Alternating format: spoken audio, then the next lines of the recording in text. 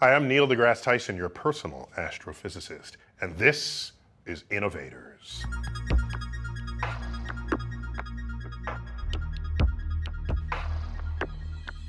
My guest today is Marques Brownlee, perhaps the world's greatest gadget reviewer. I didn't even know such a thing existed, but now that I know, he's the best one. You've been doing this since you were 3 years old or something, is that right? For a while, a number of years, more than a majority of my life. Most of your life, yeah. So more than half your life. And how old are you now? So I'm 22. You're getting old, Yeah. I'll tell you, it's just downhill from 22. So what'd you major in college? Majored in business and technology, and then minored, they call it a concentration, but I minored in information systems and marketing. So you were halfway there, given what you've been doing since childhood. Yeah, it's tied into a lot of what I do now. So you're into gadgets? Yeah, into all kinds of tech. I got into cameras and I got into all the tech around me. And then this sort of merged into making videos about the tech. On a YouTube channel that's a hugely popular place for people to go. Right, and it didn't start that way. It started as just me making videos for like myself, just to have that exist somewhere. And then slowly people started to discover it, and then it sort of grew from that. Doesn't this cost money? To review a gadget, you got to own the gadget. I was in school, so I was using a laptop for school, so I reviewed the laptop, and I reviewed a bunch of free software on the laptop. Okay. So it was a bunch of things I already had. So not only gadgets, but software that might go on the gadget. And that's how it started, and then people who wanted to see, should I get this software or not, would find it, and then I started reviewing paid things that I bought, maybe the cooler for the laptop. That's the kind of stuff that got you off the ground, and then you sort of proceed to check out more elaborate or extravagant things. And then people come to depend on you. A little bit, yeah.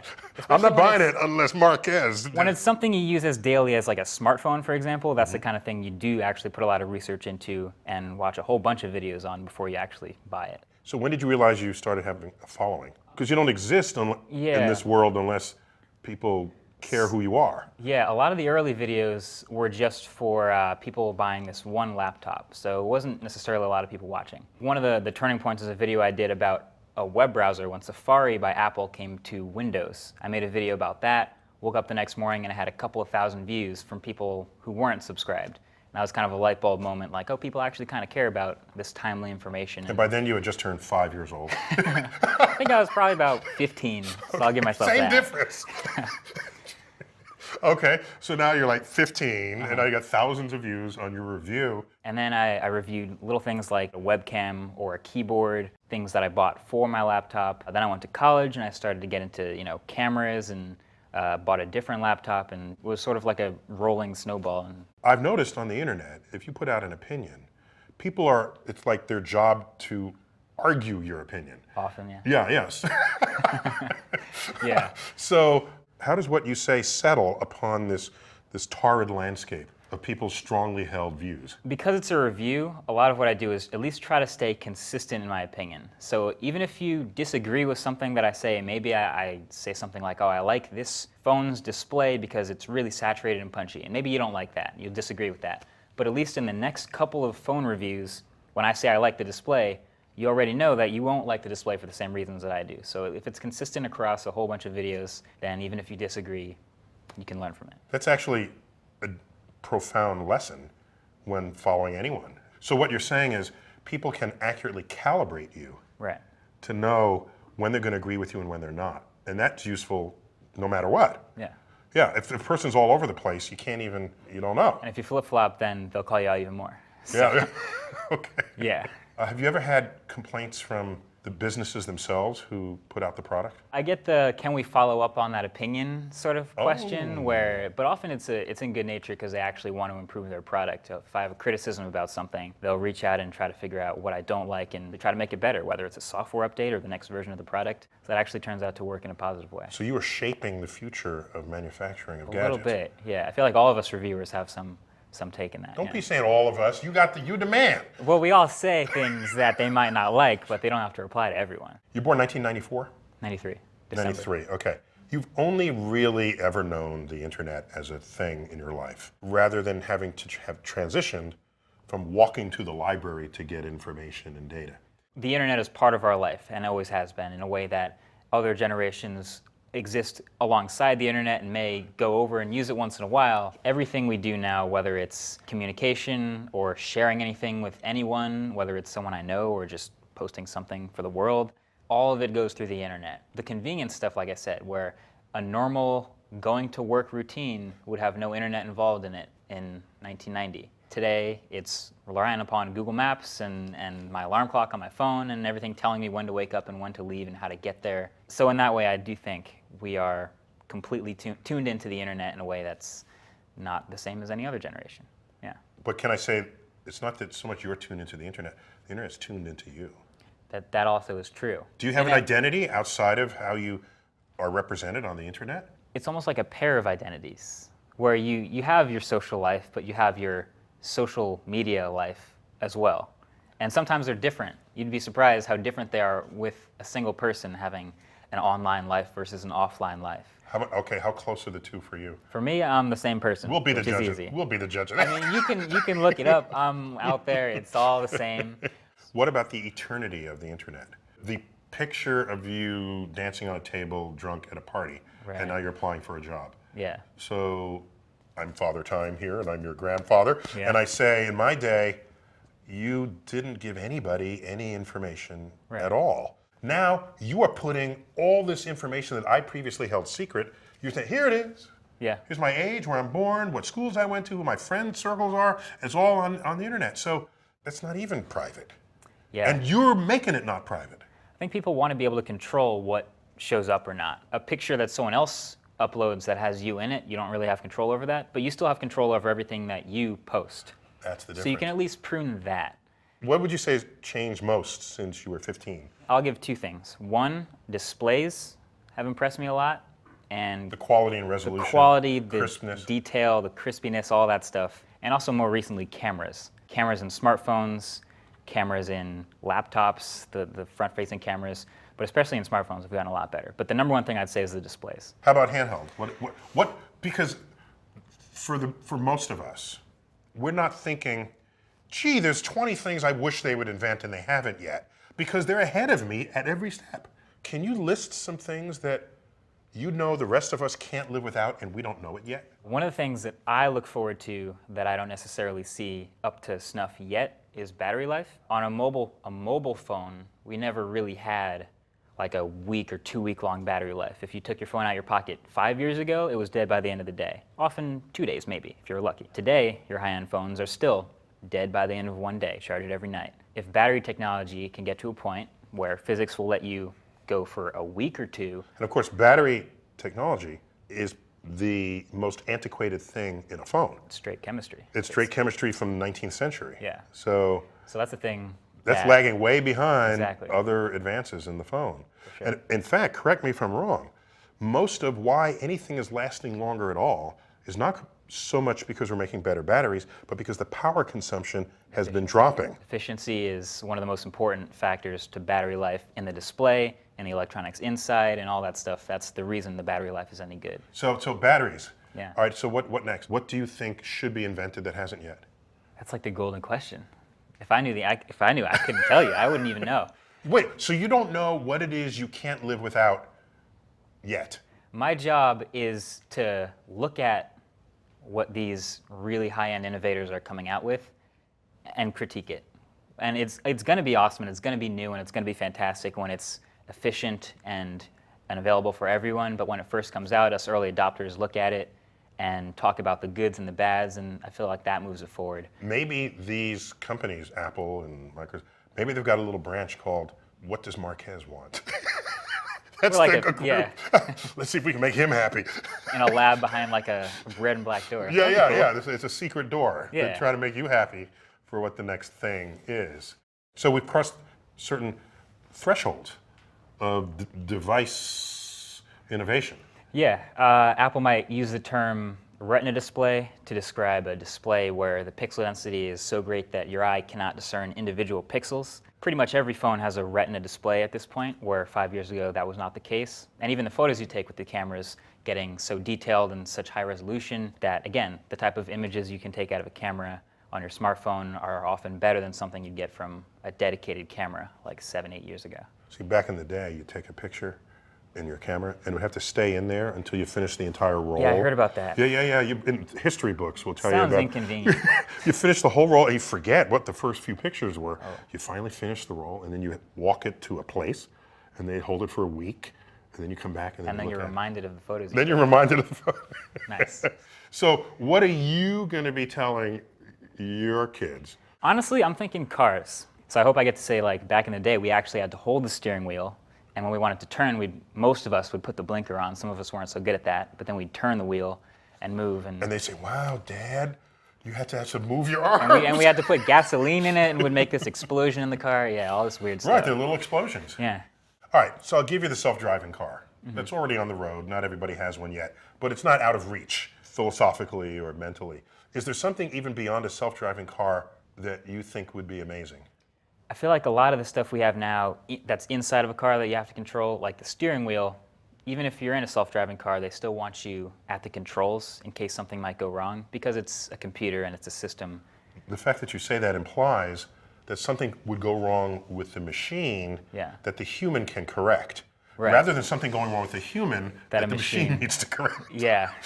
Because last I checked, all those accidents on the street are humans messing up. For sure. But even the system's getting to the point where everyone has a car that is capable of driving itself. No one even needs that space of a steering wheel in the car. You just kind of sit down, it's maybe a bench facing another bench, and you just kind of ride along to your destination. I feel like that's way down the road, where we're at the point where a car is sort of fusing into the next generation of vehicle at this point.